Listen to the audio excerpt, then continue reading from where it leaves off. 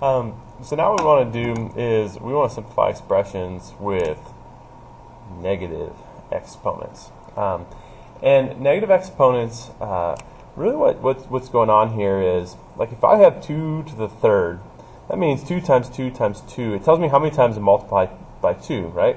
So a positive exponent means multiplication. If I do 2 to the negative third, what that's meaning is I need to divide by 2 3 times. Try it on your calculator.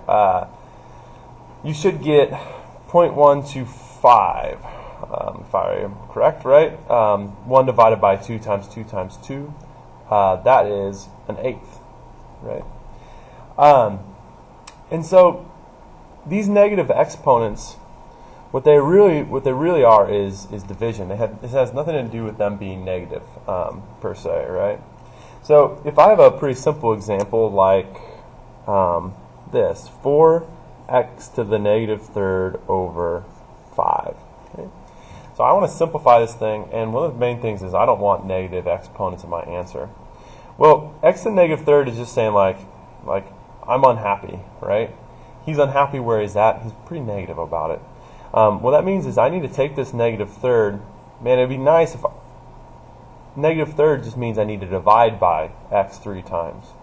So I bring him to the bottom and make him positive.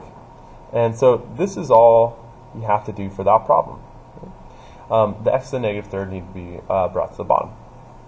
Now, you could do something like this, where it'd be 3y to the negative 2, 4x to the negative third. So now I'm getting more negative exponents.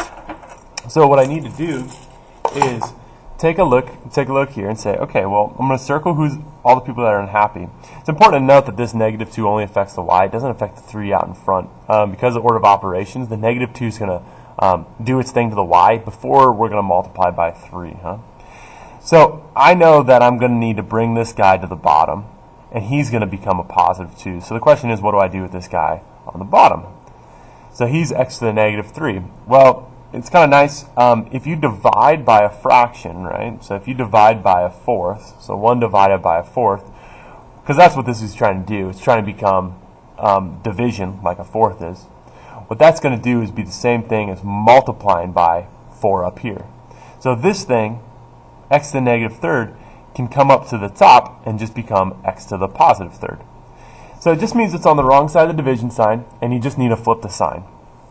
So with all this kind of like garble in here, I'm sorry for not being a little bit more clear here, but the x to the negative third comes up here, this comes there, so if I rewrite it, I have 3x to the positive third up top, and on the bottom I have 4y squared. So those things just need to switch their spots. Now in a more complex example, like this one,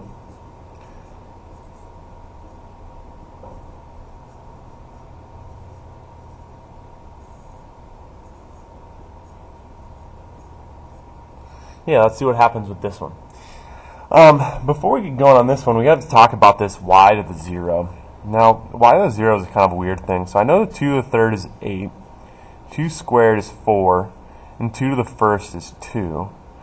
The question is, if I just keep this pattern going, I wonder what 2 to the 0 is. Well, what am I doing here? I'm dividing by 2. I'm dividing by 2. And so this pattern keeps going. If I divide by 2, what's 2 divided by 2? 1. And this will work for any single one that I choose. And I could keep this pattern going, right? 1, 0, negative 1. Right? And 1 divided by 2 is 1 over 2. And you can kind of see now I just bring that 2 to the first down there. So this has all to do with this pattern and not necessarily these numbers if they're negative or positive. Right? So anything to the 0 power is just going to be 1. Try it on your calculator real quick. Try 7 to the 0, try 101 to the 0, and you'll see anything there is 1. So how I like to start these problems is I look for anything that they give me for free. Well, y to the 0 is just 1. Well, what's x to the 4th times 1? Well, x to the 4th. So that y to the 0 part just kind of took care of itself, right? And that's kind of nice. I kind of like that. All right. So now what I need to do is well, there's lots of different places I could start with this problem. So if you want to start in a different spot, it doesn't mean you're necessarily wrong. How I'm going to start is I'm going to get rid of this bottom part. This is squared, right? And if, as soon as I see square, that just means I want to write it twice. Now what I need to do is I need to get rid of all the negative exponents. So x to the negative third means he wants to be up here. X to the negative third means he wants to be up here. And so it's like I'm bringing 6 x's up, right? 3 from here, 3 from here, for a total of 6. And these things are gone, right? In fact, I'm on a dry erase board. I'll just erase them from conscious, right, like that. Okay, sweet. So now, what do I have left? I can combine things if I want, or if you still prefer the way of breaking them up, we could do that as well. I'm going to combine. So really what I have up top here is I have a 2, I have 2 y's, and I have 4, 8, 14 x's. And at the bottom I have y squared, which is, well, y squared. So how does this simplify? Well, the y squared and the y squared cancel out. And really what I have is left is 2x, so 14. So as long as you're clear about what you're doing, these problems, they're not so bad. Their biggest weapon is they look intimidating when you start them off. But just follow the rules and be really clear with your work, and you should do fine.